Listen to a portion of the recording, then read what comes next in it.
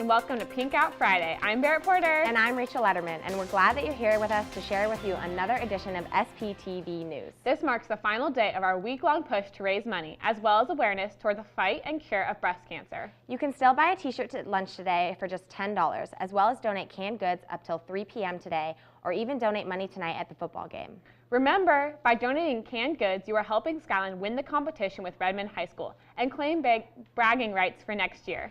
All canned goods will go to a local food bank, and all other proceeds go to help the Susan G. Komen for a Cure Foundation. Well, here we are, the last day of September. I can't believe the month of school is already gone, but that also means we're getting a little closer to one of our most exciting times here at Skyline, homecoming. We sent our cameras out to the rehearsals of Dancing with the Spartans to see how the training was going. Let's see for ourselves.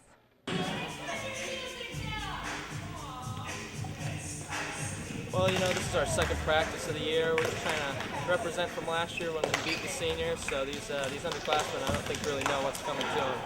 We've been working hard. We're doing a different thing.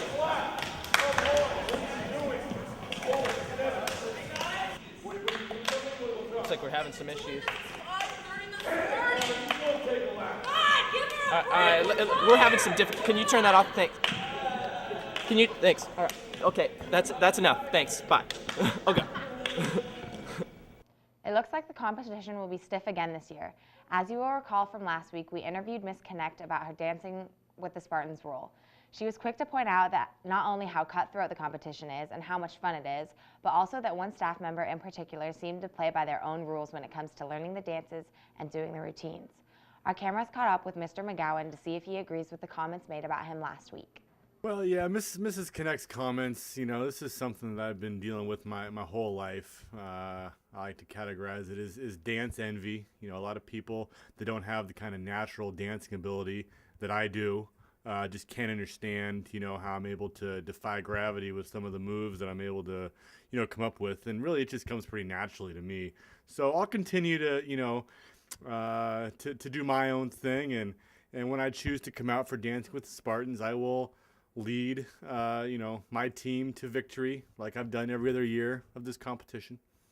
Wow, it looks like Miss Connect was right. It may be a cutthroat competition after all. I can't wait to see what Mr. McGowan brings to the dance floor. Homecoming, fall, football, I love them all. I also loved the game last week against Issaquah. Our guy in the sky, our very own sports dude, Ryan Jelinas, predicted our boys would take it to the Eagles on their own turf, and he was right. Let's go out to the skybox and see what he thinks about tonight's game here against Redmond. Thanks, Barrett, and you're right. I did predict the win. And we not only got it back, but we also got back our mojo. And for those of you who know how we play and who we are deep down inside, know that once we get our mojo rolling, we just continue to roll. Trevor Barney caught up with Matt Sinatra this week to see what his thoughts are on last week's game, as well as tonight's game against the Mustangs. Found Matt Sinatra drinking at some dirty hose. Let's go interview him. Matt?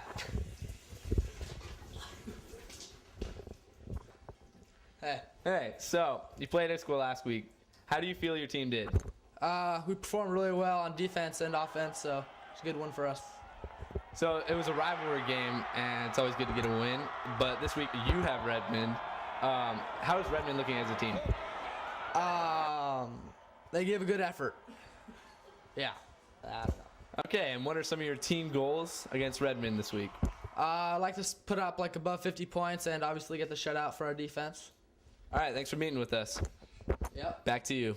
Thanks, guys. Well, some say that football's a racket, but I think a game that really is a racket, or one that at least uses a racket, is one that we need to know more about. So our camera's headed down to the tennis courts to find out what was up courtside with this year's men's varsity tennis team. Everybody came back, and I expect that we are actually doing better with more experience and matureness. I think we will do really good. And we had some tough matches against Newport that we lost, but we expected that. Aman Manji went to state last year and did very well, and I think he has again a very, very good chance. He improved. Certainly everybody else is improving too.